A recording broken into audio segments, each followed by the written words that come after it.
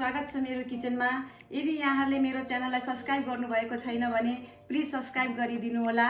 र आज मैले टुसा उमारेको क्वाटीको सुप बनाउने रेसिपी लिएर आएको छु। क्वाटीलाई मैले एक दिन अगाडि भिजाएको थिएँ र 3-4 दिनसम्म पखाल्दै छोप्दै गरेर टुसा उमारेको छु।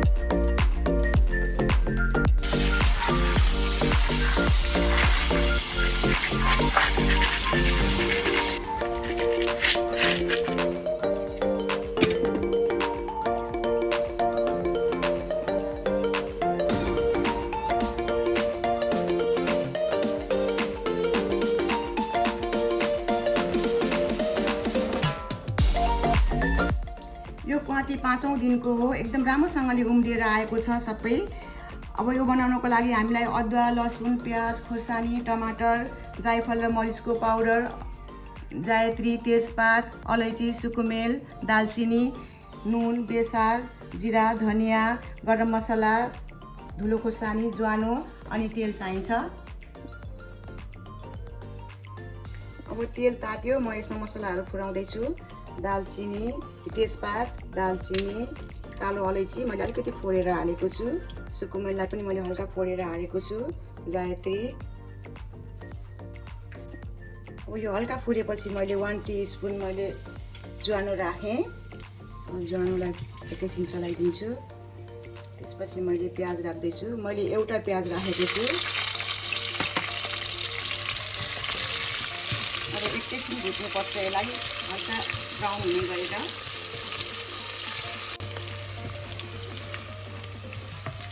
अब प्याज यतिको ब्राउन भएपछि म यसमा क्वाटी राख्दैछु।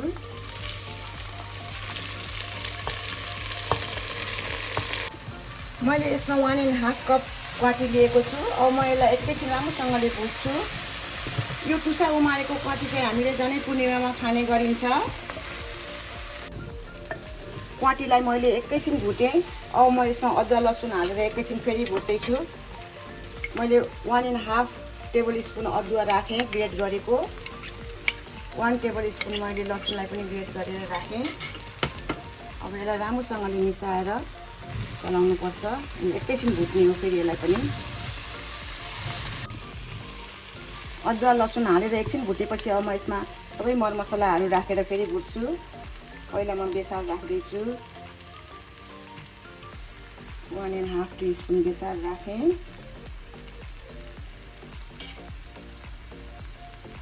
2 टीस्पुन धनियाको पाउडर,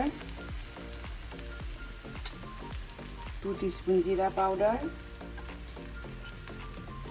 1 टीस्पुन खोर्सानी पाउडर। यसलाई पनि चलाइदिउँ।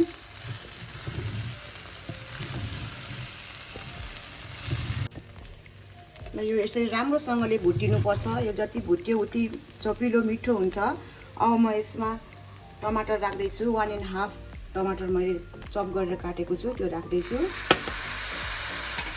अनि एउटा हरियो खोर्सानी, एउटा सुकेको खोर्सानी राख्दैछु। नुन स्वाद अनुसार, कतिको पातलो रस खाने हो त्यही अनुसारले राख्ने। मैले 2 टीस्पुन राख्दैछु।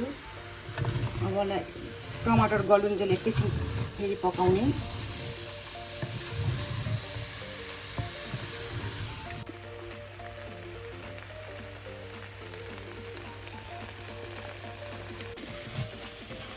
टमाटर पनि गलेर आयो, एकदम राम्रोसँगले भुटेको छ। अब म यसमा मरिच, जायफल र गरम मसला राख्दैछु।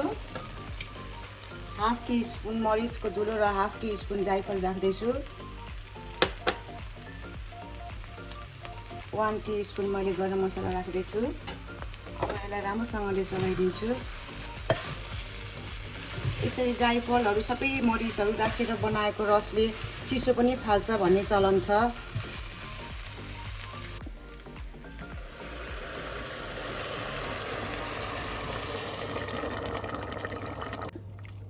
मैले चाहिँ यसमा तातो पानी राखेको छु। पानी चाहिँ आफूलाई रस कति खान मन लाग्छ त्यही अनुसारले राख्नुपर्छ। म यसलाई प्रेसर कुक गर्दैछु।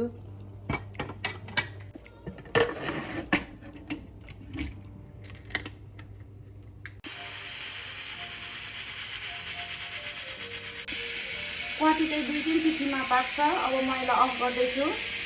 यसको प्रेसर सबै गएपछि मात्रै म अब यसलाई खोल्दैछु। प्रेसर पनि यसको सबै सकियो। अब म यसलाई खोल्दैछु। भिरको खोल्ने बित्तिकै एकदम मङमङ बास्ना आइरहेको छ। अब यसलाई एकैछिन उमाल्नुपर्छ पानी थपेर। रस चाहिँ कति खाने हो त्यही अनुसारले राख्दा हुन्छ। मैले चाहिँ यो पातलो पातलो खालको रस बनाउन लागेको हो।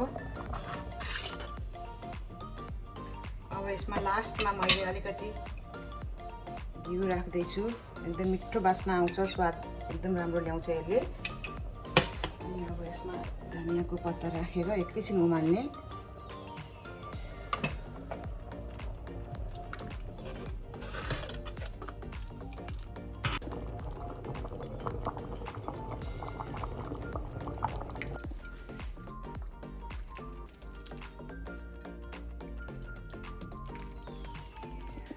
ल हाम्रो तातो चिसो भगाउने क्वाटीको सुप पनि बनेर रेडी भयो।